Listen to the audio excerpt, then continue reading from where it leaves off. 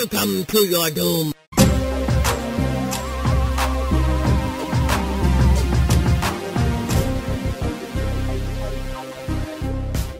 Hey everyone, we are your Harbingers of Doom, Atul. This is Justin. And we're going to be speaking about Justice League today. But first, I wanted to talk a little bit about what we did yesterday. Yes. You'll notice I'm still a little hungover, but we had this pretty great pub crawl in a neighborhood called Leslieville in Toronto yesterday. It was about, I don't know, it might have been more than 10 bars. I can't even remember. I lost track. Yeah, so we started at 3:30, went right till 2 a.m. We made it. It was in a place called it was a neighborhood called Leslieville. So we called the pub crawl Leslie Villains Unite, and we made a bunch of these T-shirts with all of these famous villains. So we'd done I'm wearing the Immortan Joe one from Fury Road, and then you had Michael Myers. Yep, we affectionately referred to him as the Shape, as he was referred to in the script. I think it's the script. I think he was just called the Shape. So yeah, and he might have been called the Shape in the credits too. Oh, that's what it is. Maybe not. I don't know if it's the script or the credits. Yeah, it might have been both. Yeah. Definitely. And my wife was Voldemort, and we had like Ursula, and I had who else? The Shredder, Goro from Mortal Kombat. So like really like going video games, movies, comics. Thanos was in there. Like, so I made about 17. Thanos? Or was that one that you made? No, that's one that I designed, but I didn't actually print. It was good too. Yeah, all of them were good. One. Yeah. Are you gonna release all of them? Yeah, I think I'm gonna put them all together up. A post for it? Yeah. I think we could just put together one of the side quest posts for it. Yeah, it'd be pretty cool. I think people would enjoy that. But, definitely. Yeah, no, it was a lot of fun, and I'm just kind of like, I've just been home all day. I haven't just like much. Housebound. Like when you open the door in the front to come in, I was just like, holy shit, it's cold outside. I haven't had a breath of fresh air today. Just stewing in my own juices. Filth. Ugh. Yeah, Ugh. yeah. It's been all right though. We got some cleaning done, but I think I'm not as high energy as I typically would be. So that's my PSA.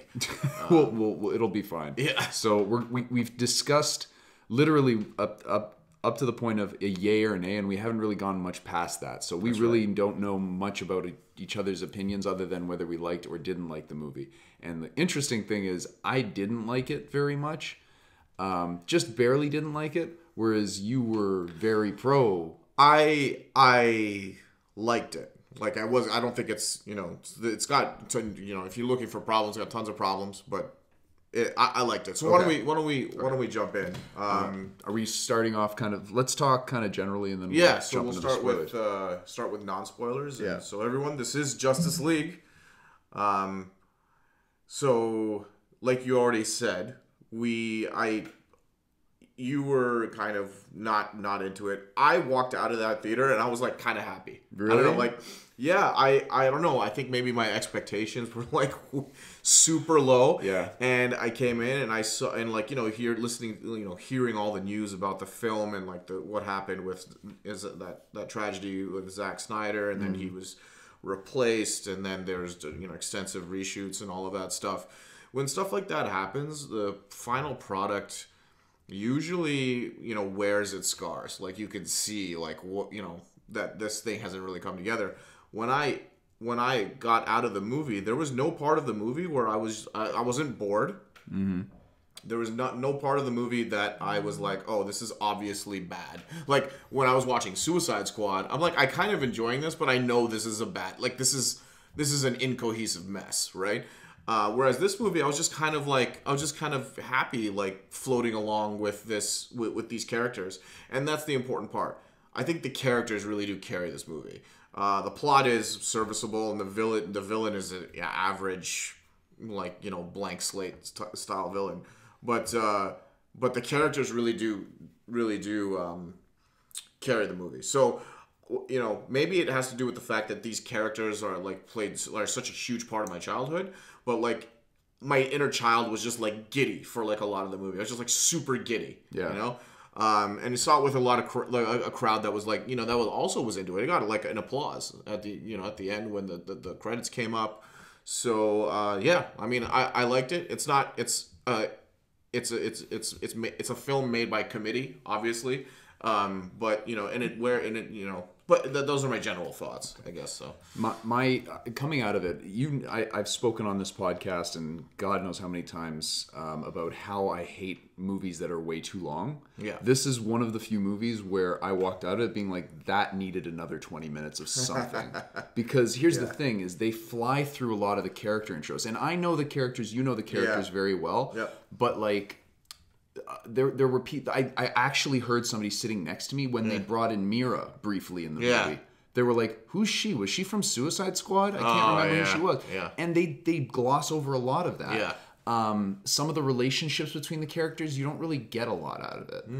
There was one instance of relationship building that I thought was fantastic, but it happened at a weird place in the film. I thought it was just weird. Okay. So there was that. The character intros were really, really quick, which is fine. Yeah. I think most of these people know the characters well enough that they could get away with that. Sure. Yeah. The problem is they still dedicated about 5 to 8 minutes total for each character in the movie, and this is a 2-hour movie. Yep. And that's even including like setting up Batman for this realm and setting up Wonder Woman for this realm and all that stuff. And then setting up the villain for this realm. Right. So you've got some elements of this. And then on top of that, you're introducing all these characters who you don't really have a lot of context for, at least 3 brand new characters. And then you're trying to inject a story into it as well that just was kind of flimsy and weak. And then you're introducing characters into it, like Gordon and Mira get barely any screen time or introduction. Right. Like they tried to pack. I've said this from the get-go is the WB should not be rushing these films. And coming out of it, like, it was a 2-hour movie and nothing happened. Like, it didn't even feel like the league really came together and really bonded. Like, you're going to hear me make a lot of comparisons to the Avengers because, and when we get into the spoilers, you'll see. But at the end of that movie, I felt like, they came together right at the end, and that was it. There wasn't, I never got that really true feeling of that here. It was just kind of like a very much a by necessity thing. Sure, yeah. Whereas the Avengers, it felt like they came together as a family almost towards the end. Yeah. So I actually have the exact opposite opinion. I thought the pacing in this movie was perfect. They give you just enough. I felt they gave you just enough for everyone's origin and character building. Just enough. Just enough. Just I'm not saying they didn't. Enough. I'm not saying they didn't. So I think this is a film made by committee that it doesn't deep dive into any of this stuff, but it gives you, and it gives the audience just enough to work with to keep it interesting and engaging, while like for me that's. While not blowing out the timeline. I love that this was a 2-hour movie. It was great. I thought, because I was never bored. I was watching it and I was never looking at my watch or whatever. During Batman vs Superman, I felt like that. Yeah. There are other movies that I felt like that where I'll just kind of like, this is like filler, or like, why is this even? Why are they? What are they? I was always interested in what anyone had to say. Yeah, it comes from like. Not having enough time. So not having enough time makes their screen time that much more like meaningful, or their dialogue that much more meaningful. So yeah, we obviously have different takes on this, but I felt it gave just enough to keep things interesting and always kept things moving. But it was moving too much. They never let anything sink in because they're always moving on to the first half of the movie. They're going from character to character to character to character and then looping around again. Yep. At that point, it's like, holy shit! Like, let me soak in how cool the Flash is, or let me soak in how cool Aquaman is. Like, you don't really get that. It's basically Aquaman and Wayne have this really good, this really cool exchange, and then all of a sudden you're off into the next scene, and then it's Victor Stone. And it's like, and then all of a sudden it's Flash. Like, you don't allow any. It doesn't really allow for a really solid connection to any of the characters, or I didn't feel that way for all of them. For a couple of them, I did, but that was my biggest issue with it. I can totally understand that. But I guess I was just ready for a movie to. Like when I just didn't need it. Like when I was watching, I'm like, I didn't need that. Like for whatever reason, I can see that being a totally valid complaint. But I personally, I think the runtime is one of this movie's biggest assets. Really? And that's my take. I don't agree with that. And the thing is if you're going to go one way or the other way, you've got to go one way or the other way. If you're going to spend a lot of time on the characters, just building the characters, go full hog on that, and the story becomes completely secondary. Right? Like. The middle, like the second act and the third act, like you don't really need to have as much driven by the it could have been them fighting amongst themselves when all of a sudden they find out it's some other villain and they have to go after that. Something along those lines. Yeah. Really develop those characters, like really focus on that. Or don't do it at all and be like, you know who Flash, Aquaman, and Cyborg's the new one, so you probably want to focus on him a little more. I don't think people know who he is. Right. But if you're going to do that, hey, there's the Flash, this is Aquaman. And then don't even focus on like, oh, he comes to sea and this and that and blah blah blah. Like, just go straight to it. I actually think that, and we've had this discussion before. Where I even actually Wonder think Woman, that they had a whole fucking movie for her. Why did she have to have that big opening action scene, which was great? I'm not saying it wasn't, but like, either pick. You're going to focus on the story and how those characters react within the story, or you're going to introduce the characters. But kind of going a little bit on one way and then a little bit on the other makes for a very disjointed beginning where the character moments are going back and forth. Granted, yes, there's never a dull moment, but there's never a moment where you get to actually absorb everything. Sure, yeah. So I mean, one of the, and I would say to its detriment, one of the problems with the film is it's shallow. Like it's kind of a shallow experience. I put that in my notes. Yeah, so it is a shallow experience because it's a film that's obviously made by committee. Yes, it's made to hit like all of these these key notes. And and I don't think it doesn't reinvent anything. I think it hits them. Does it hit them with vigor? Not really. No. But for me, it is, and it was an entertaining time at the theater. I was just like wildly entertained by this movie. So a couple more things.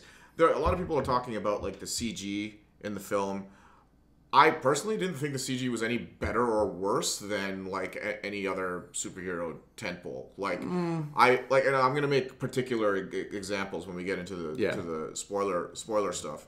The villain, is like a one-note villain. You're not gonna get a whole lot there. I think it's obvious they cut the villain's story out to make more room for character building moments. And it's like a trade-off, right? Between runtime and what people want to spend time with. Yep. And in their course correction, or quote unquote course correction, I think they decided that they made the decision saying, hey, this villain, we can't flesh him out. Yeah. He's just got to be there to bring these people together, and that's it. I think they added just enough weirdness to him. He's kind of a weirdo. Like, and I like that. Like the way, I don't think I'm ruining anything, but they're looking for these boxes, right? These mother boxes, and Steppenwolf, the way he talks to the boxes, I thought, and how what do you call it? Like almost like a religious sermon he's like delivering half the time. I'm like, okay, so they put a little bit. It's like he's kind of quirky and weird. Like he's got those moments where I'm like, oh yeah, so that's like a surface level sort of quirkiness to him. But that's it. Like you don't really get. He's just big and strong and carries an axe. Like he's not. There's nothing much to it. And you know what? I mean, like that's fine by me. I actually don't really. It didn't bother me just because I thought the characters were strong enough to carry the film.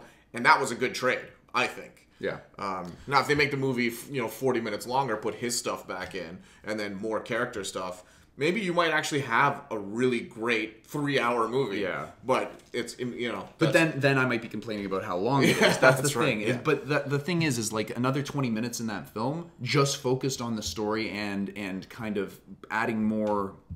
I don't know. It just didn't feel like there were any real stakes. Like things maybe might have been moving too fast. The guy's trying to destroy the planet, which is a pretty big stake. But like, you don't really. Or it was like he's terraforming. Terraforming, but I mean, it's essentially going to fucking destroy everything. Sorry, we're getting into. That's fine.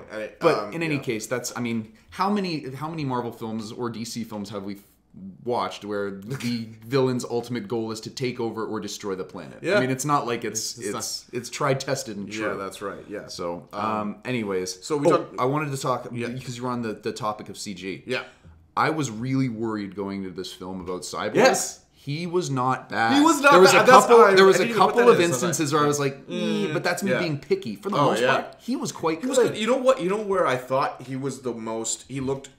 And Victor Stone in general, I was expecting. I think he's such a wash of a character. I've never liked him. He was my favorite character. He was. Yeah, I was like, oh, I'm kind of into his by a lot. His relationship with his dad. Again, I think this is an example where you got a 2-hour movie with 6 characters that you need to flesh out, or 5 characters. They chose the pieces of dialogue and the scene with him and his dad just enough. They chose the right lines. I agree. And you don't need 10 minutes to do that. You need 45 seconds. And if you can execute that, you can paint this broad picture of that relationship. And I think they did that really well. And I think they've done that. I personally feel they had done that for all of the characters. They picked the right things. Yeah, it's not enough. Right. But in the end, I guess I compartmentalize my feel. Like, I know that this movie can't be 3 hours long. So I'm like, if you were like 2 hours, we have a cutoff. Yeah. I think they made the right choices. I think they made the right choices for him and him only. Really? The Flash, they had moments with his dad, and then they had moments with him being weird and quirky. Yeah. But you didn't really get an emotional attachment to either. He was funny at some instances, almost overly annoying at times. Like they pushed it a little too far in places, I felt, with him. But then there were some really good scenes with Billy Crudup. Oh, dude, yeah. He was he's good, his father, man. And then the last scene in particular I quite liked. And Momoa, I honestly didn't give a shit about his character at all. Really? Not even a bit. I actually quite liked him. I didn't care. He didn't have any skin in the game for me the whole movie. Like, he seems like he could be very complex. He's trying to do the right thing in places. Yeah. But you got no motivation for the character. Right. So that just bugged me. I thought that was a missed opportunity. And some of his acting was fucking horrendous. Really? Dude. I don't know. I think he's playing into I thought he was playing into character. I mean, like, he has this conversation with, well, maybe we'll get into that later, but his conversation with Bruce Wayne with him was like, that gave me, like, I understood, like, what he's just like, that set it up enough for me. They didn't need to do any more other than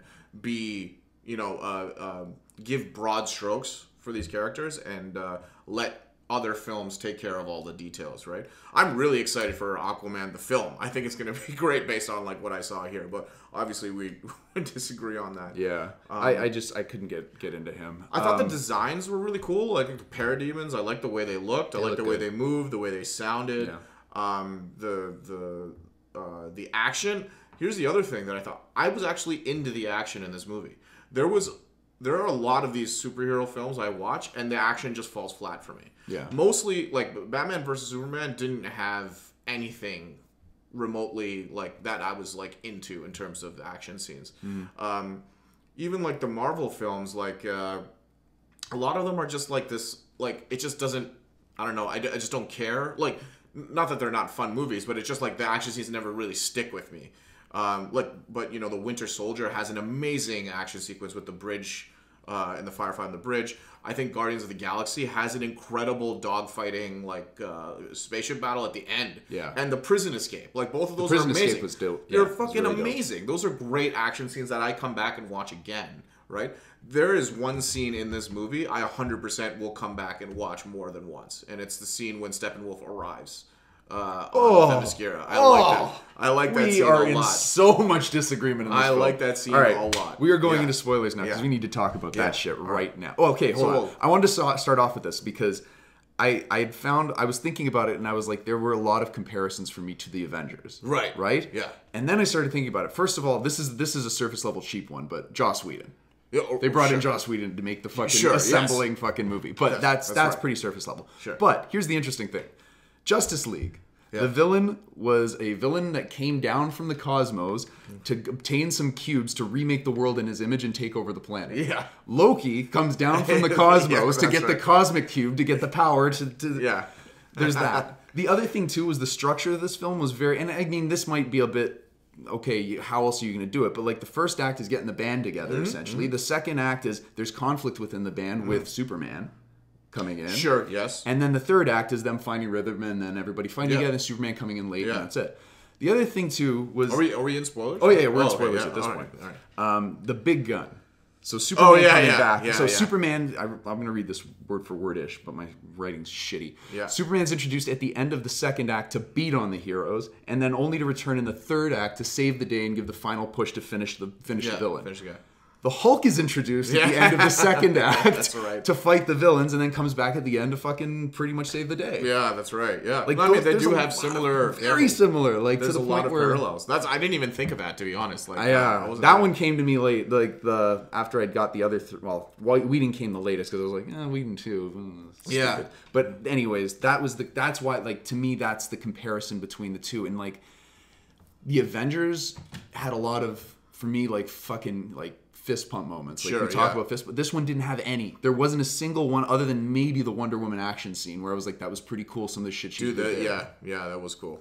That was fucking cool. And then maybe the Flash fingering the fingering the sword. The sword. Yeah, all right. Well put. I know. I thought about that. But anyways, so yeah. we'll go into or unless do you want to respond to that, or do you want to jump into the story? I just thought that was an interesting. No, yeah, like absolutely. I didn't even think of that. And Avengers is one of those movies that I actually have only seen it once. Yeah. Like, and I haven't revisited it.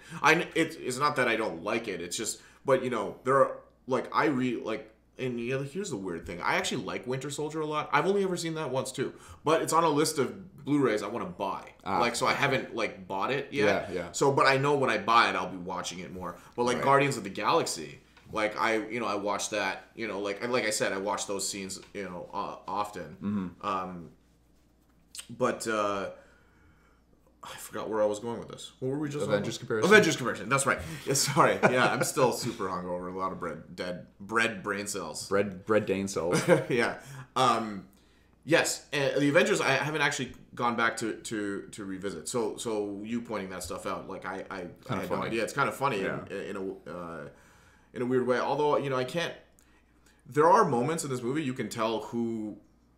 Where the reshoots were. You can tell, like, the seams. This is not a seamless film. No. But whereas, like, a Suicide Squad reshoot is, like, this movie is just a fucking, like, it's a mess. Like, this is, like, a schizophrenic mess. Yeah. This movie actually resembles a competent, like, film with a beginning, a middle, and an end. Yep. Where motivations, maybe not in the most graceful way, but the story is told and it gets to the end, and I was never confused, not for a minute. No. You knew where people were going, why they were doing what they were doing, all that stuff. Yep. So you could see the seams. Yes. And we'll probably get into that. So you want to just like maybe we could take it from the top in terms of plot.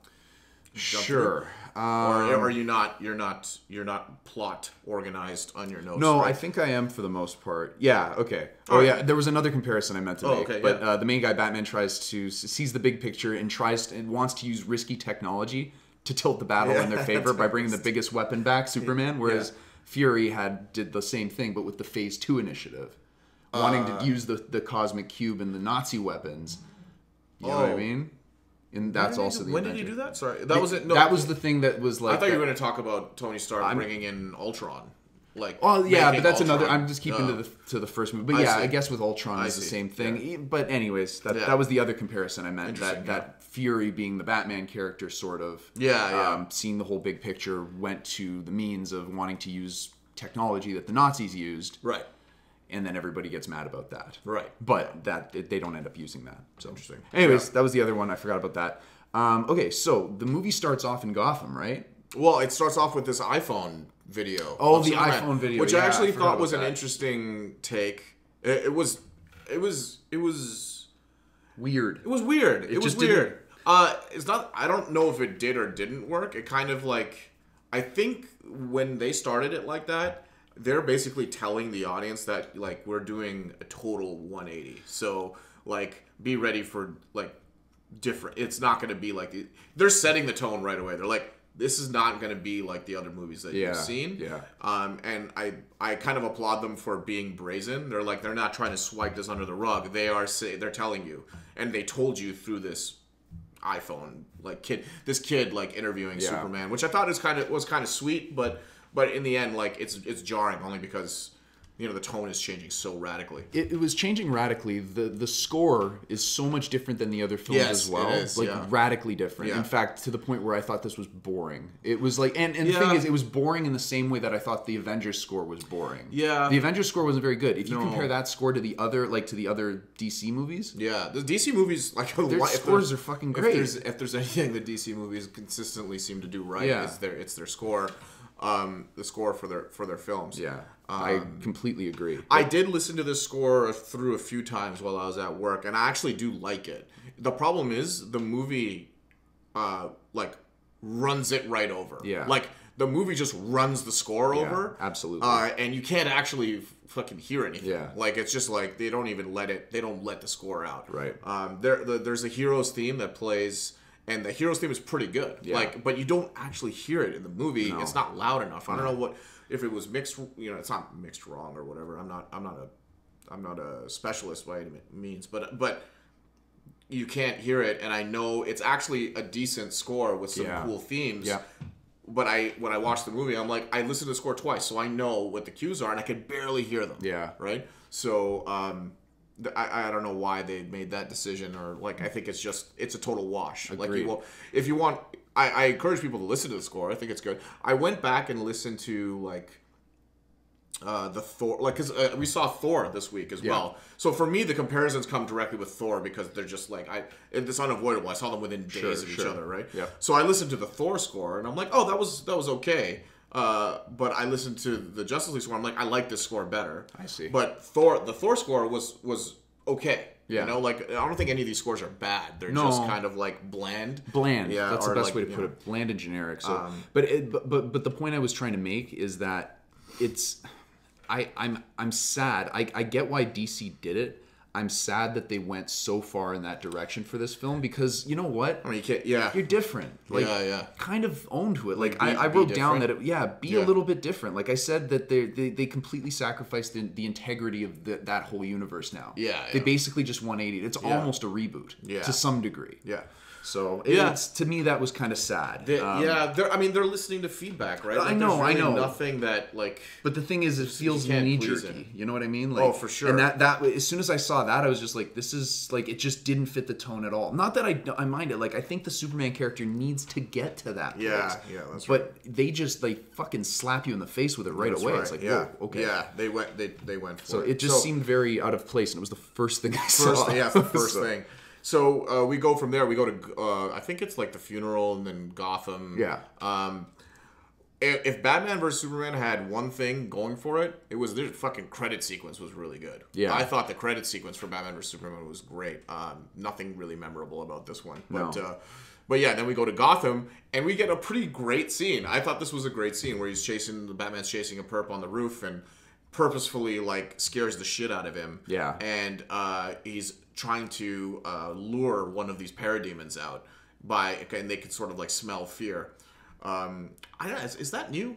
They introduced that into this movie, or do parademons in the comics, can they smell fear? I don't think so. I think they introduced that concept in the film. So he has this really great fight with the parademon, which was again, I feel like this is a very Zack Snyder. This is like a Zack Snyder action scene, which is like, I think he's playing in another action scene where I watched it, I'm like, that was fucking good. Like, I rarely watch like a superhero film where I'm just like, that was a good action scene. I was like really like invested. Like, that rarely happens. Yeah. Not that, and again, it doesn't make it a bad film. It just kind of like, in one ear out the other, and then but that one was like, I remember that being pretty memorable. Yeah, agreed. And so they're like, they're figuring out what's going on. Alfred is introduced again, and he does he say something? What does he say? He makes a reference to the Penguin. Yeah, he said, what was it? I wish. But there was something else though. He said something else. Like, I thought there was something else. No. Oh fuck. I think he just said like, simpler times or something like that. Like, no, I thought. Anyways, I could be thinking something else. I didn't write it down, but yeah. So then, that's Batman's intro. Then you get Wonder Woman's bank scene, which is the next intro, which was good. It was a great action scene. Great action scene. Probably like that was a reshoot. probably. I can almost guarantee it, only because Wonder Woman's popularity has gone through the roof. They needed more of her. Yeah. I'm entirely sure the 5-6 minutes. Actually, I don't think it could have been. They had that in the trailer before the reshoots even started. Oh, did they? Yeah. Oh, because the bullet dodge thing, which I fucking They might have hate. extended it. Oh yeah, I hate that bullet dodge thing. I don't know why they do that. I'm just so upset about bullet dodges. Yeah, it doesn't like. It's just this like the tilt back, watching the bullet go by. I'm like, stop it. There are other movies that have done it, and they've done it much better than you. That's true. That's true. The one, and again, like being unique is really like. We talked about this before. Green Lantern, the film, like I think its biggest sin is just being bland with a very unique character. Here, the movie itself, it's like I said. I mean, there's nothing to write home about. But these characters and their unique abilities and their unique personalities, I think they let them come out. The fucking bracelet scene where she defects all the bullets. Yeah, that was I'm awesome. like, oh, this is great. Boom, I've never seen anything like that, yeah. and that was brand new. You know. Agreed. That was a good scene. After that is when they go to Themyscira, and there's the Is that after? Is that pretty right much after that? Okay. Yeah. Sure. Because at that point, I think that there might have been a scene. No, I don't think the scene with Diana and Bruce had happened. No. It happens after Hippolyta shoots the fire or whatever. We probably get it. I think I don't know what the order is. Bruce Wayne meets Arthur Curry. It might be in between. Pretty sure. Yeah, maybe. It might have been after. I don't know. I just wrote it down this way. I didn't actually do the notes. Yeah. While I was watching the movie. But anyways, Themyscira is under attack. I thought that scene looked horrible.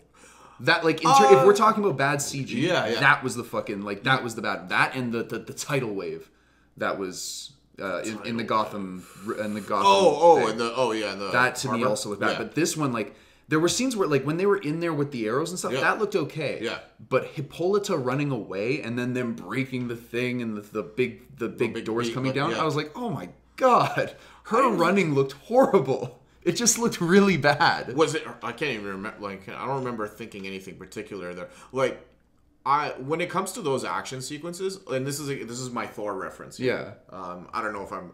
It's not spoilery. I think it's not spoilery for Thor. Is it the opening scene you're going to talk about? No, just in general. Okay. I think they're even in the trailer. Moments in the trailer.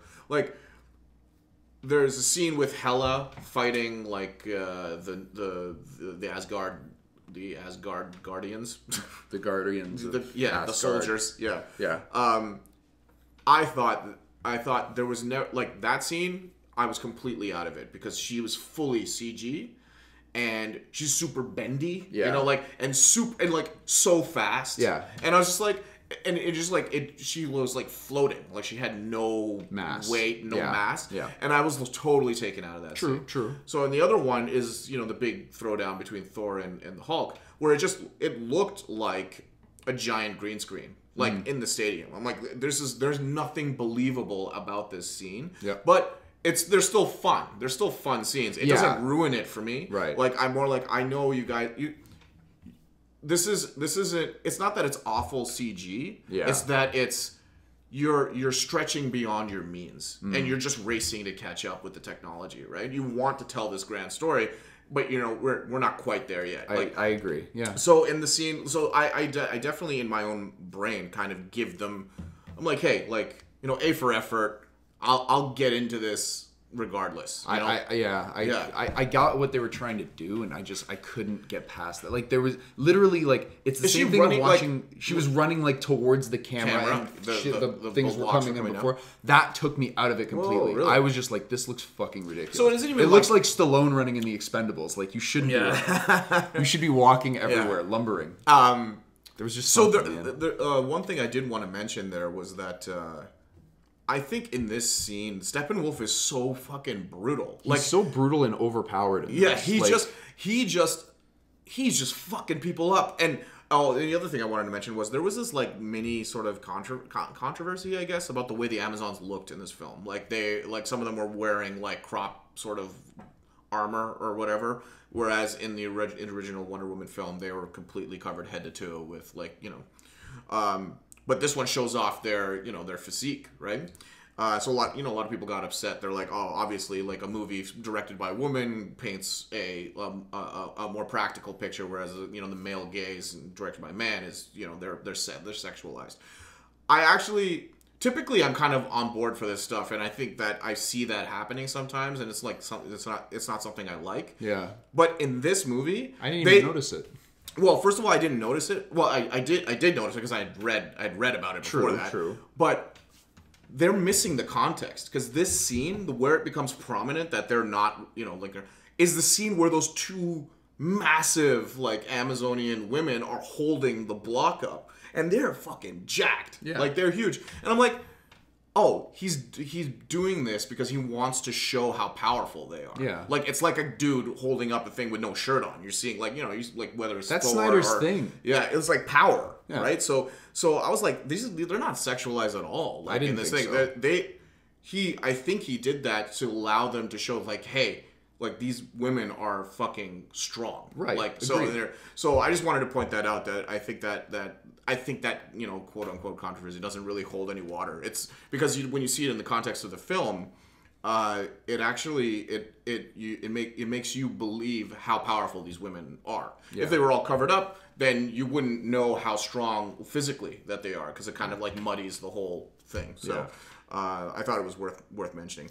He busts out of there. It's not even that part that I liked, to be honest. It's this chase sequence. The chase sequence wasn't bad. It was I was still kind of taken out. As soon as I saw what I saw, I was like, even the chase scene, I was like, this isn't that great either. But being able to step back from that and really rethink about it, you're right. This chasing was cool in the way it was choreographed and put together. I really liked it. Again, unique. It's like a very unique action sequence where they're like, and they're playing this chase game, and the way he's just dummying horses. Like, it's terrifying. I remember, like, the camera, like, he's jumping, he, like, lands on one of the horses or something. Like, Jesus, like, he is dummying people, like, left, right, center. Again, like, really lame, sort of shallow villain, but they show his furiosity in a way that actually was palpable. Yeah, true.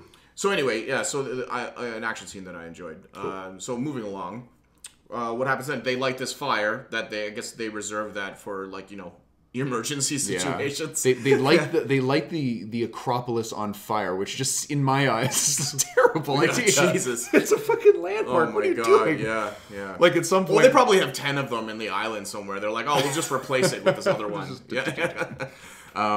Then I think you get at some point. This might not necessarily be the chronology, but at some point, then they introduce Cyborg with his father, which you've already touched on. I love that scene too, man. Great scene. It was so good. When he's wearing the hood, it looks quite good. Yeah. But you know where his suit looks the best is when he's in broad daylight. Yeah. Like, you would think it would be the opposite, where it's darker and, like, but no, when he's in broad daylight, his CG looks quite good. Like, I was really shaky, like everyone else, with the trailer and stuff like that. The trailer didn't look good. No, but they cleaned up. You know what too is they cut a lot of his scenes. They cut a lot of his scenes. Oh, did they? Oh, there's definitely stuff that happens in the trailer that doesn't happen in this movie. Quite a bit. Like the scene with Superman, like, coming up to Alfred. Yeah, that's not in the movie. So they made choices, and it seems like they kept this 2-hour thing as a hard requirement. Yeah. They're like, studio hard requirement, make it 2 hours, do whatever you have to do, and they lost stuff in the battle in that fight. So what's interesting too, my buddy that I was watching it with, my buddy Tuna, we were watching. He looks over at me because he didn't know Joe Morton was playing Silas Stone.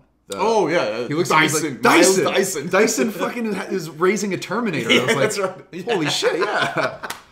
Every time I see him, I just picture Arnold saying, "Is like Miles Dyson." Oh man, but that scene was really, really good. It really sunk the feelsies into me. Yeah, no, it was good, and the monster line was great. I wrote down the Frankenstein scene. Actually, is what I called it, because that's what it was to me. It was the Frankenstein's monster kind of thing. Yeah. But it's funny how he referred to him as the monster, what I meant, which I thought was really cool. That piece of dialogue in particular was the one that solidified that whole relationship. I'm like, you don't need any more. Cut away. Go do something. I know you guys have 10,000 other things you need to do in this 2 hours. Go do something else. And they did. You've done it. Like, that's why, to me, like, so in terms of the character Cyborg, that's why he connected the most with me out of all the other characters, because he's got an interesting backstory. They establish a really good kind of origin for him within a very limited amount of time. Yeah. And you see the character go from somebody who wants to stay isolated, thinks he's a monster, doesn't want to talk to anybody, and is a loner, and eventually grows and expands. He has an arc. Yeah, none of the other characters do in this film. Yeah, and I think you're right. I think that it's a platform. This film is a platform. Like yeah, and it's too much. And then you bear the marks of being a platform, not having fully realized arcs in a single in the film. Like I get that. I think it's a legitimate criticism. I don't know. I enjoyed the movie enough that it didn't like. I think the pros outweigh the cons for me. So yeah, they had the great scene between Silas and Victor Stone, and the scene with the football thing. That's all gone. All gone. Yep. Yeah, all gone. A lot of the trailer, those gone. Scenes in the where he's playing football. This is gonna be a big ass extended version. I think it's gonna be great. Gonna be crazy. I hope it's great. I wonder if it's I'm really curious like. If this film comes out with a director's cut, if the director's cut is like a much better, like might be. Was like we'll find out. Much better film, like not just like Batman vs Superman was cut scenes, now it makes sense, but I still don't like this movie. Right. This is more like this is actually a better like Kingdom of Heaven like level director's cut, where it was like 30 minutes were cut from the film or 35 minutes they put it back in. I'm like, this is a masterpiece, like that kind of thing. Anyway, so we go from there. Let's talk about the Arthur Curry like Bruce Wayne scene. That's also framed completely different, like than in the trailer too. Yeah. Like, there's even stuff that's in there that looks like it was rejiggered. They're in Iceland, so I recognize it like immediately because I'm like, oh yeah, that's so. And Iceland's beautiful, and they use it. They use the location. Although they have one really bad, what I thought was bad green screen is when he jumps into the water. Yes. I was like, what the hell is that? That was like from fucking See, that bothers me because that looks like it's like made for TV. Yeah. Like, I mean, that's awful. Look really weird. It was like a blurry sort of background. Yeah. And like, I think they didn't have an exit for him or something. They're like, hey, Jason, come shoot this in my basement on this green screen. Yeah. I agree. I remember that one too. I didn't actually write that one down. Yeah, that one was pretty bad. Batman Flash scene comes pretty shortly or was there more you wanted to talk about? There was the line.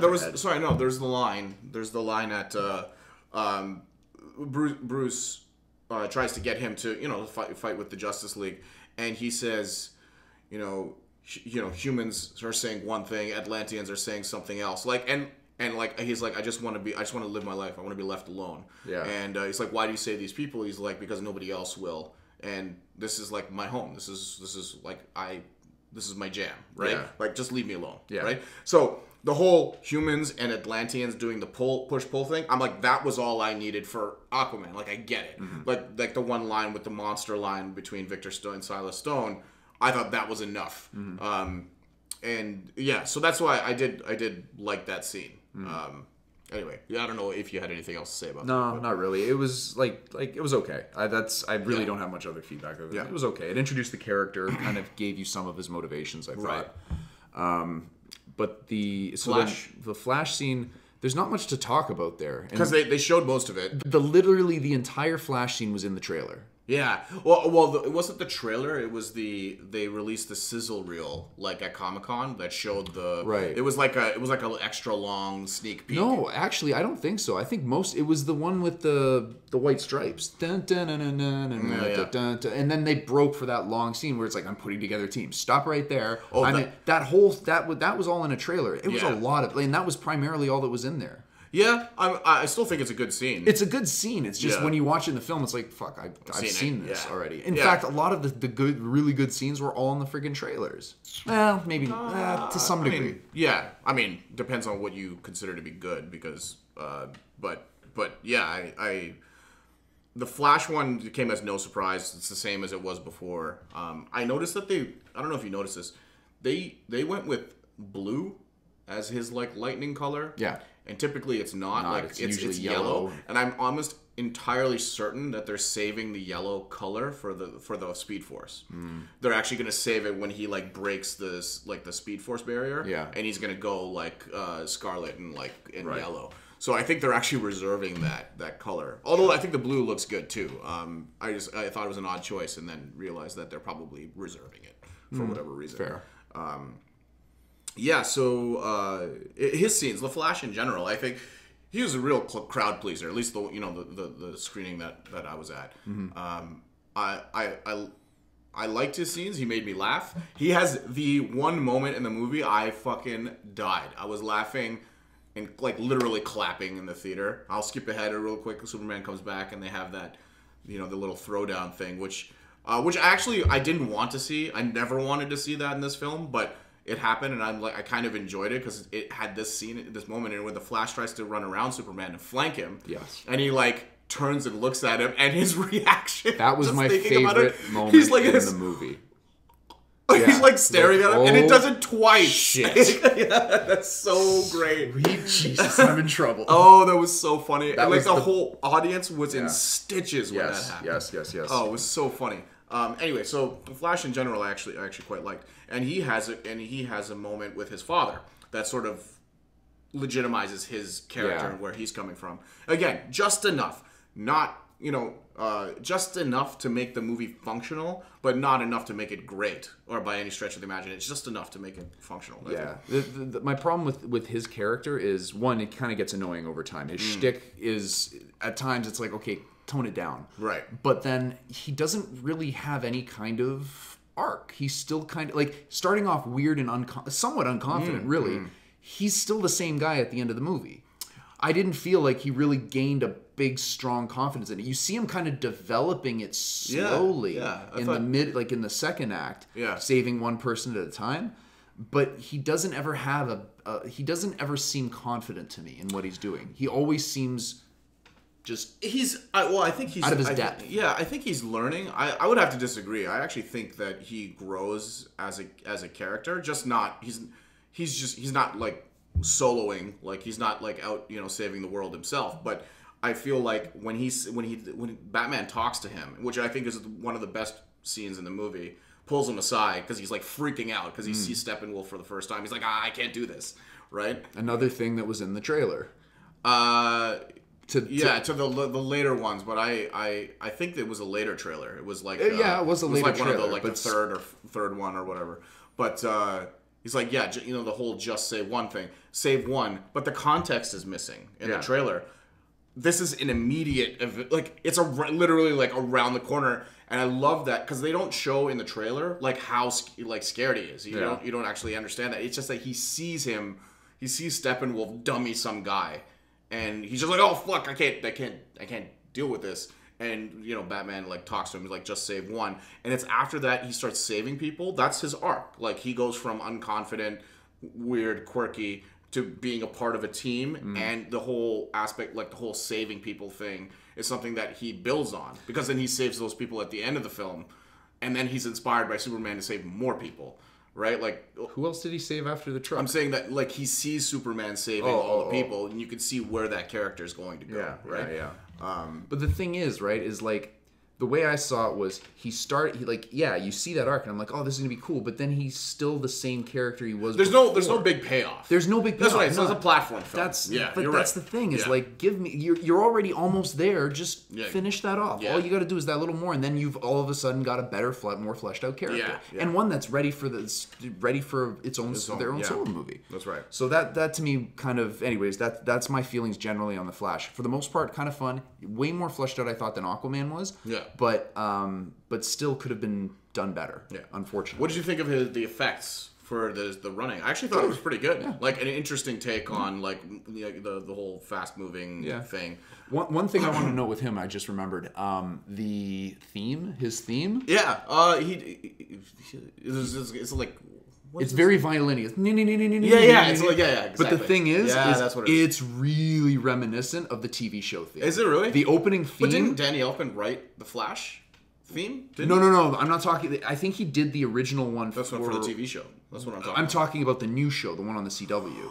The original one Danny Elfman did, but the new one, like the opening theme is like like I can't do it properly, but it's very it's very violin-y kind of sounding and very quick. Oh, interesting. And when I heard that, I was like, no fucking way. Are you kidding? It was very like you listen to it after and you'll hear the comparison and you'll be like, what the shit. Cool, yeah. Anyway, so moving things along, they end up they meet Jim Gordon. They meet Jim Gordon, which I thought was fine. He was good. He was good. I love me J.K. Simmons. I could have used more, but they He's used him as the tool to kind of move the story along and find the Parademons. That's right. essentially all he was a device to get there. And that's when Victor comes back after his father's been abducted. That's right. Yeah. And is like, I gotta help. Yeah. That scene was good, but again, this is another symptom of the best part of that scene, or maybe the most memorable or funny part. Already in the trailer. That's right. Then they have this big action scene in the Atlantis is the other thing we wanted. Oh, that's right. Atlantis kind of happens somewhere in yes, there too. Yeah. I liked the underwater action sequence. Yeah. I'm really excited for what James Wan is going to do. Yeah. Right? Because that you have to be super creative for that. And they did this thing with Mara, who they introduce. She makes a little air pocket in the water. Introduce is a strong word. She glance over is more the way I'd look at it. Yeah. I don't even know if they say her name. I think he does. Oh, because I was wondering that too, and at some point in the airboat. Oh no, she introduces her. He doesn't know her. Are you sure? Yeah, because he's like, your mom took me in after, like, it seemed like he didn't know her. I thought he did. But I could, that's the thing. Okay, so that scene to me, I don't know how you felt about it. I thought it was one of the worst scenes I've ever seen in my fucking life. Maybe not worst scenes ever. I wouldn't say that. I would say it's probably the worst scene in the movie. The acting in it was really bad. Like, nothing felt convincing. Like, I would compare her comparison to that as, like, Blake Lively's in Green Lantern at times. Just kind of very, like, I knew your father. I knew your mom. Wait, so, like it just was very cardboard, and there was no emotion in there. You're right. And that was another thing. That was not a good scene. And it was really weirdly lit. Like, how was it that bright? Like, it was very bright. It was like as if they were like in a cave somewhere where there was reflecting water, but there was a lot of light in there, and whereas it was really dark and dreary when they were doing the battle scene. Yeah. So all of a sudden it's super bright, and I was just like that took me. That was another thing that I saw that was really weird. I did not notice that. I do agree that is not a good scene. Okay, it's not a good dialogue scene. No. It's just like, it's just I need some stuff for you. It's explaining where he gets his armor and the Quindet from, right? Yeah. But no, it's not a good scene. No, it was unfortunate. So then you get the action scene under Gotham Harbor, which I actually really enjoyed this scene. What I like most about this movie in general is that Batman is both he seems both capable and vulnerable in like every action sequence. Like, one of the things I've mentioned before is like watching like oh god, what's her name? Jesus, Avengers. Scarlett Johansson's character, Black Widow. Yeah. Watching her fight, never been convincing for me. Like, when I watch her in the Avengers movie or like Civil War or whatever, it just falls flat for me. Like, I don't actually believe it. Here, I believe Batman can take one of the Parademons because he gets the shit kicked out of him too. Like, the Parademons are just dummying him all over the place, and he's struggling. He's like struggling to take one or two of them out, right? If he gets the drop on one, then but like, I liked that vulnerability because like he gets slapped around a lot. Even when he fights, like he gets pushed by Superman, he's like broken, and they show how in a rare instance, because they don't typically take the time to do this, they show that he's like a human being and he's like broken. He's literally like bruised up on the sides. So I really did enjoy that sequence. And there's a weird thing. I don't know if it's that one or the one later. There's one where Wonder Woman's standing there and like it zooms in on her. In the trailer, Aquaman and the Flash are behind her. Right? And Aquaman's getting ready to charge. This scene is in this movie, it's the exact same shot, but it's just Wonder Woman. Isn't that weird?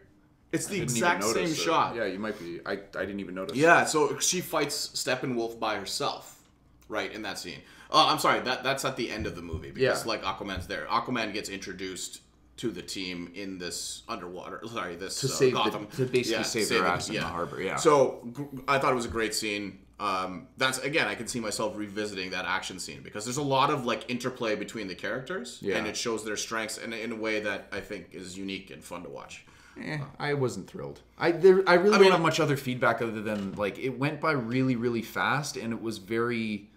Whereas, like comparing, like, the New York fight scene in the Avengers, or even, like, the battle in the forest battle, there was more time spent on it. The forest battle, when, like, that's when Cap, Iron Man, and Thor all are... It's after they get Loki. Right after they fight each other. Yeah, they fight each other. Yeah. All the fight scenes there, they spent more than just a few seconds kind of cutting from one thing to the other. These cuts were very quick. I felt like you went from Batman, then you went over to Flash, then you went over to Wonder Woman. Like, it was very, like, they didn't really focus on anything long enough to really... Is my critique of the movie, is they didn't focus on anything long enough to really get a strong investment into the scene. Yeah. Was there really cool stuff in it? Yeah, there absolutely was, but... And I think that hopefully whenever they come up with an extended edition, there's going to be like that More fight scene will be more stuff in there. But there was a lot of jumping around. Sure.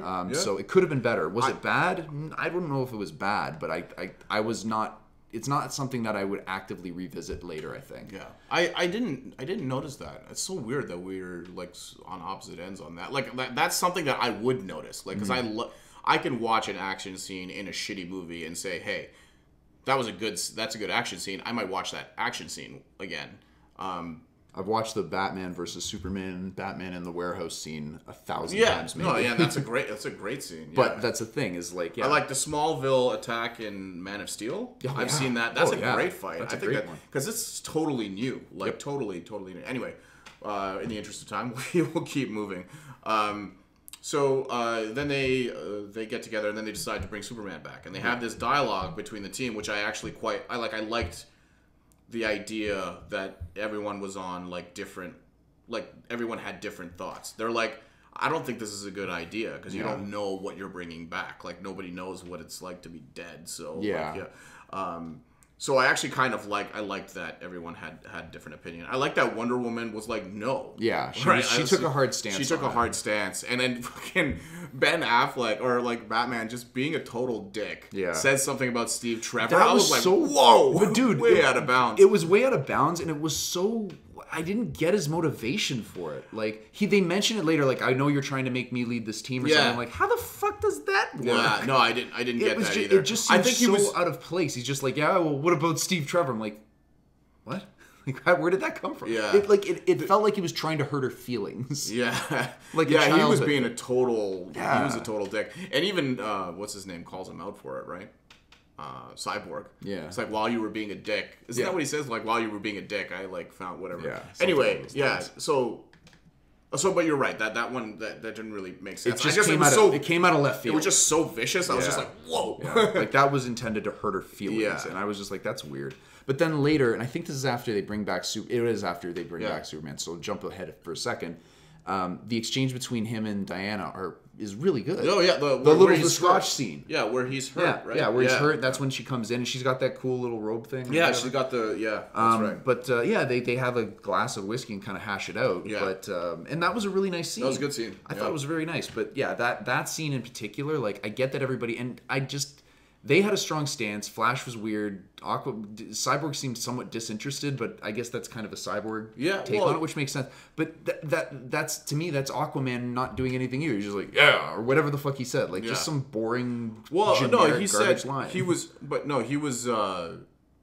He was on the fence. Like, he was like, but that's what I mean. Yeah, like he didn't really give it one way or the other. He was kind of like, I liked his reaction. Like, so we'll jump ahead here because they had this deliberation. They used the mother box that they have left over to bring Superman back. Yeah. And dude, in a scene where I'm like, this is a scene out of like a Victorian horror movie where they're digging up his corpse. That was my favorite scene of the film. Not to say it was bad. I was just like, this is a weird, like, this is just like, and there's like fog. Yeah. I'm like, this looks like a Hammer like horror film. All of a sudden, I mean, obviously, I liked it. I like that kind of stuff. And the conversation they have was pretty cool. Like it was a nice moment for both of them.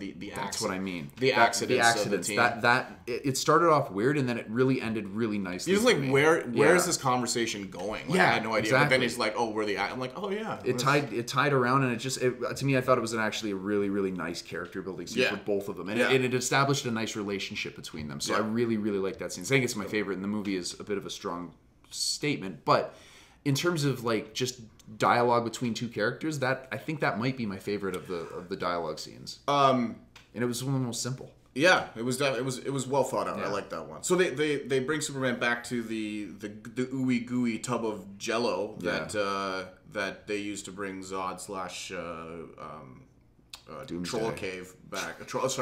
Cave troll back. But so they bring him back and like Flash does this thing where he charges which I thought was pretty cool because you notice like when he runs around there's like electricity all it's not just electricity, it's like burning things. It's like sparking like everywhere. So they did that and I thought that was cool. That was very cool. And he has this line, I just love it. He has this line about like Pet Cemetery. Yeah. He says, is it going to be like a Pet Cemetery scenario with this grave digging scene and the fog? I'm like, they're obviously like they did that on purpose. I Yeah. feel like that was and Joss Whedon's a horror guy. Like he's a horror movie fan, right? Yeah. So I feel like this was all on purpose. Yeah, maybe. Having his reanimating Superman is almost like Frankenstein. Yeah. Right. So they bring him back, and he's like, I don't know, he's fucking confused, right? And they all stand in front of him, and Cyborg's like he's scanning everyone, and then Cyborg's like parademon technology senses the Kryptonian, and he shoots at him. But the funniest, I think there were two moments. We already talked about the Flash scene where he's like reacts to Superman being able to see him. Yeah. But Aquaman just being like, he's all right. He's not all right. He's not all right. I just love that scene because he's legitimately, he's like, oh my god, he's gonna kill us all. Like, he's legitimately scared. He's like, he's not all right. He's not all right. Yeah. I thought that was really funny. So we talked last on the podcast. I did not want this scene at all. Yeah. I'm like, I don't even want to play with the Legions, whatever. I didn't want it. I didn't think they would do it, and they did it. And I'm like, I'm ready to hate this scene. But I actually kind of liked it because they do some unique stuff here with the Flash thing. Yeah. But also the fucking headbutts. I loved that. Oh god. That was so good. Boom, boom. Boom! We had like 3 headbutts, like slowly escalating in power. Oh my god. I thought that was pretty great. I actually thought this was my favorite action scene in the whole film. Oh, it was really good. I liked it better than the closing one and the second act one by far. Yeah.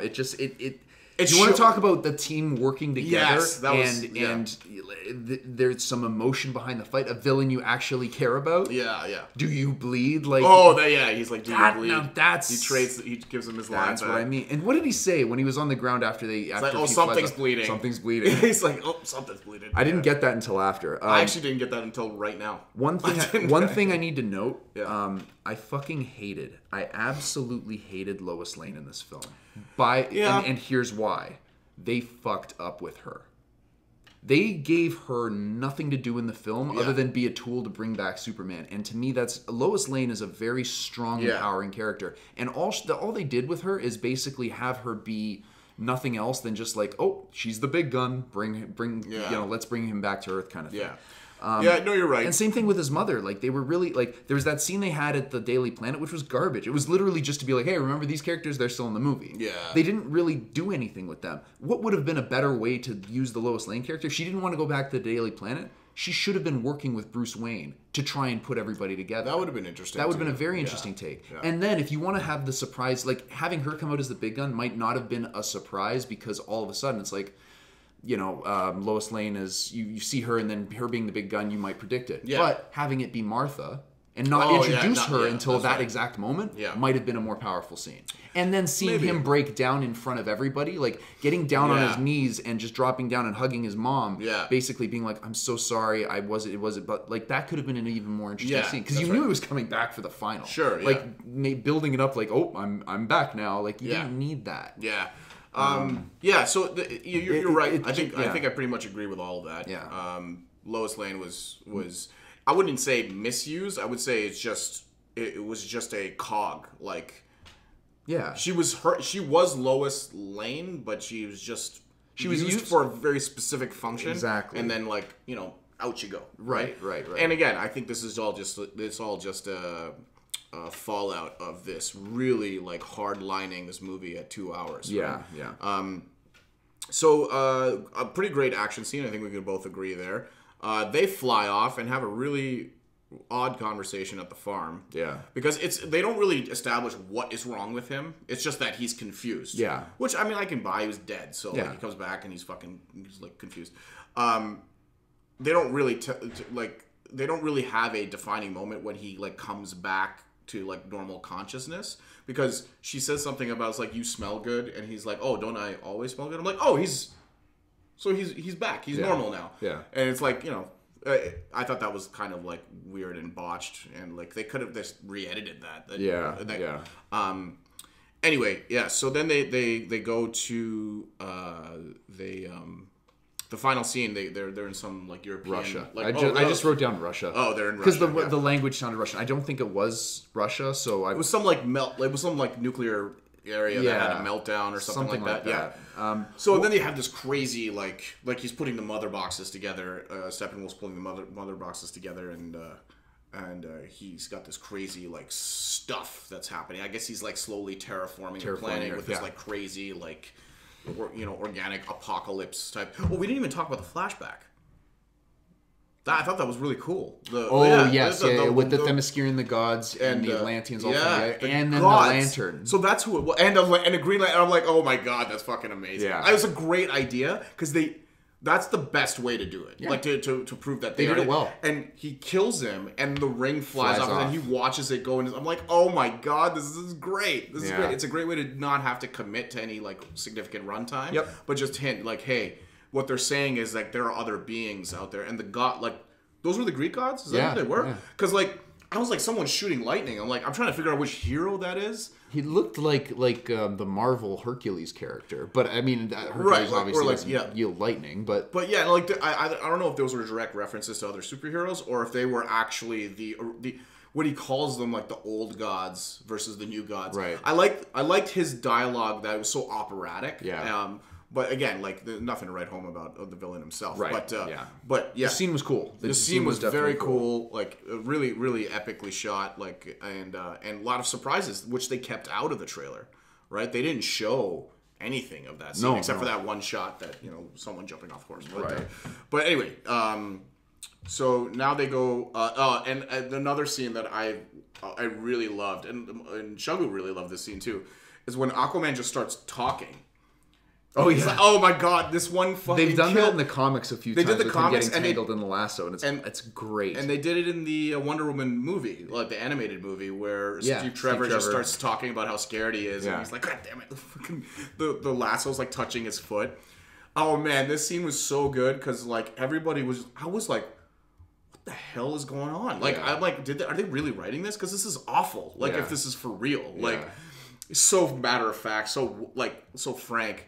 And he ends up, like, saying, I'm scared, because I'm like, what the hell is going on here? Yeah, it actually had me going for a little bit. Yeah, I didn't even see that. And as soon as he started saying I was scared and this and that, I was like, I get it. I had and then Bruce was going like this, and I'm like, okay, I got it just before the reveal. Yeah, exactly. Me too. Just before he pointed it out, that's when I got it. Like, just like a fraction of a second before. It was that I thought that was really They really did it funny. well.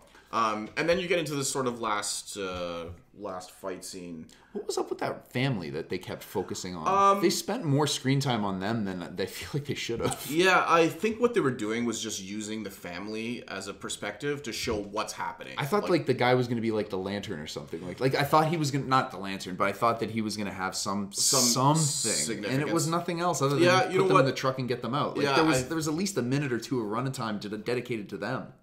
Yeah, I think it was just trying to put a face to the people that they're saving in that area. I think I know what they were trying to do. Yeah. It was clunky. Yeah, like it was 100% clunky. Way to put it. It's very clunky. Yeah. So then they get to the last scene, and Batman goes in and tries to essentially sacrifice himself. Yeah, because he's like trying to give them time. But then they have these were fist pumping moments for people in the crowd. Like, I was into this scene. When the scene where like Wonder Woman comes in and like knocks two parademons off, and then the Flash like zooms by and like knocks a few over, and they're like clearing like this path. And the Aquaman scene where he's in the air, I'm like, this is crazy, and I just like loving it. It's like, I don't know, I love that. I liked the interplay between the characters in these scenes, and when like Aquaman and Wonder Woman are fighting Steppenwolf, I thought that was good. I thought that was like a good sort of like play off of each other. I think my biggest happy moment takeaway from that was seeing Superman in the colors. Oh yeah, this is great. Seeing the full color suit on him, Beautiful I was like, suit, this looks really, really good. Beautiful I never suit. caught the Williams theme though, and it's referenced. It's in the credits. I didn't catch it. Oh yeah, it's in there. Didn't catch it. It's in there. Yeah. It's definitely in there. His reveal, like people in the audience were like clapping and stuff when he came in. I thought, and it was pretty good. Like, but they obviously a 180 on the character. He's like, truth, justice, that kind of thing. Great moment, I thought. But the other moment was the Flash saving the guys in the van, and Superman flying over with the house. That was a nice moment. Or the building. Sorry, I thought that was like, and then again, like the audience was loving it. Yeah. Like they were loving it. And it was. I thought those were pretty good moments. I like the final action sequence. And I don't know. There's not really much else to say. Then the movie, essentially, they split the mother boxes, and like They deactivate the terraforming thingamabobber, and what happens right at the end? I can't remember. Oh, that's Lois Lane, like writing. Yeah, like she's writing an article or something like that. Something like that. Yeah. Yeah. So I mean, that's essentially the movie. I'm trying to think if there's anything in the last fight that I Nothing stuck wanted out to mention. Me. That's why to like, me it was stuff, kind of lackluster in most instances. I think there's stuff that there's nothing special about it, but I'm sure when I see it again, like I'll remember things that I liked about it. I just can't think of them right now. I liked seeing Superman fighting alongside with them, like freezing the axe with the ice breath. Oh, That's yeah, the first Wonder time I think Woman. he's used that. I don't think he's used that against Doomsday or anybody. Yeah, he didn't use the breath. Yeah, I don't think so. So it was kind of cool seeing that. The again in the trailer was the Aquaman falling scene. Had we seen that without seeing all of it in the trailer, I would have lost my shit. But in there, I was like, well, there's that scene. Next, yeah. It's again. So it was kind of a nice touch scene. What happened? How did he get in the air? I can't remember now because that was definitely not shown. He was on the Batmobile first. Oh, he gets launched off the Batmobile? Is that what happens? I can't remember for the life of me. Yeah. Or no, he gets carried off by Parademons. That's how I think. Oh, because he's on the Batmobile and two Parademons grab him. Like, that's what it was. Yeah. That's and then he kills them, and then he's falling. Cyborg catches him, tosses him. Yeah. He spears one of the Parademons, rides him down through a building. Yeah. It was a very like Legolas like moment. Yeah. Which it was fun. It was a fun little scene. But again, you've seen it all. I liked the I don't know how I felt about it actually. The fear. Oh, that's what I was saying. So the Steppenwolf gets brought down because he feels fear, and the Parademons go after him. Yeah. Why weren't the Parademons constantly going after all of the civilians? Because I don't think at any point the civilians were probably not scared. Yeah, so that was time. Another thing. Yeah, another weird. Like, it's just a weird little nitpick. Like, no, I mean it's clunky. That whole thing was clunky. Yeah. They were trying to put a face to the people that they were trying to save, but they broke some of their own internal logic. And I think having civilians in that scenario makes a whole lot of sense. And then seeing Superman be Superman and save civilians, and the Flash, and that was nice. It was a nice scene. It gave kind of a strong need for them to be there. Yeah. So yeah, I thought that was okay. And seeing the Parademon, like getting taken down by the Parademons because he feels fear is kind of cool. I thought that was an interesting take as well. Yeah. It's different. Yeah. And I pride them for that. Yeah, that's right. So then you have this post-credits sequence, which was fucking awesome. I thought the one between Superman and Flash, I love that. Yeah. That was amazing. And they have the freeze frame, and it looks like the Flash of Two Worlds, like cover. Oh, not even the Flash of Two Worlds, but it's the actual race. Yeah, like it looks exactly like it. And then they have the second post-credits. It was after that took me for a loop. I didn't think it was going to be that. I unfortunately had this ruined for me through a headline, which was really unfortunate because I can't remember what reporting site did that, but I really wanted to fucking kill someone because they put it in the title. Yeah. And I'm flipping through my cards on Google for news. Boom, in there it says Lex Luthor and Deathstroke appear, and I'm like, Jesus fucking lost my Christ, shit. I was pissed. Having said that, I didn't actually remember until the scene. I saw the prison scene comes up. I'm like, oh yeah, fucking Lex Luthor, and I forgot. But I liked it. Deathstroke, Joe Manganiello. I don't know. I can't pronounce his name. He looks good. He takes the mask off, and he's got the white hair, the eye patch. It was all a big surprise. I did not think they were going to go into that. And actually, I kind of like that from a practicality standpoint because I don't think they're going to be fighting big CG monsters now. It's great. That's cool. I think that is cool, and it's like the Injustice gang they're going to put together, and I thought that was pretty neat. I'd love to see Zuckerberg take a second crack at the character. With the look. They did a 180 on this movie, but it's based on feedback. Yes. So you're not going to make everyone happy. You go one way. You're not going to make anybody happy. Everyone happy going the other way. But I think they're going to take the feedback back for Lex Luthor. I hope so. They will do it because they just did. Yeah. He was toned down for sure. He was more menacing. Yeah. Which was good. Yeah. That's right. That scene I liked a lot. Actually, it took me by surprise. So. Yeah, I'm trying to think if there's anything else here. Just general comments. Again. It's a movie that's made by committee. Yeah. I was surprised by the film. I was surprised that, hey, there wasn't any moment I was just kind of put off by anything that was happening. And I think a lot of it has to do with the fact that these characters, they mean so much to me, and I thought they were well represented on film. within the constraints that they had to work in. So I kind of I find like I do recognize constraints, and I give people points for doing the best they can within those constraints. Right. So maybe that's why I sort of came, and my lowered expectations is why I came out of that. I was like, yeah, I kind of enjoyed that movie. But you know, not to ruin things, but when I like out of Thor, when I came out of that, I came out. I was kind of like, yeah, well, it was okay. Like, but whereas this one, I was talking, Shuggu was talking to me, and I was talking to her about the movie. That doesn't really happen a lot in a lot of films, and she liked it, and she's not she's not she's not a huge comic book fan or anything like that. She enjoyed it, and the audience seemed to enjoy it. True. So those are my final thoughts there. So. All right. Well, I'm good. I got everything off my chest. You got everything? I just went through my notes. I was like, you literally hit everything. So I'm pretty happy. This was good. This was good. I like. One word. Like it's been a week or the weekend. It just came out 3 or 4 days ago, right? Yes. It made 96 million. I didn't actually look. America, yeah. Which is not good. No, that's not good. It's not good really at all. Bad. It's pretty bad, and personally, I'm like, if there was any movie that was going to flop at the box office, it really should have been like this level.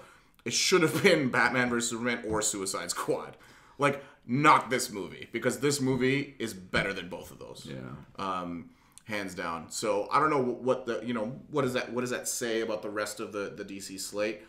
Who knows? I'm really excited about Aquaman. And I think personally, I think the word of mouth on this movie is not nearly as bad as the critical bashing. I've been reading comments, and it's split, but there's more good ones than I would have anticipated. Right? Yeah, and I also get all of everyone's criticism. Yeah. I get it. It's just a movie that speaks to, like, I'm able to forgive its more clunky bits because it is a cohesive film. It's not. It's it's funny. Someone would accuse me of being like, "Oh, is that all they need to do now? Make a cohesive movie and it's good?" Well, no. I think they made a movie that had character-driven film. That's its strength. Everything else is sort of secondary. So, but all right. Well, this has been our Justice League episode. Thank you very much for listening. This is Justin. This is Atul. And have a good rest of the day, guys. Take Peace. Care. Bye. Bye. Bye. Bye. That's something my sister and I constantly do.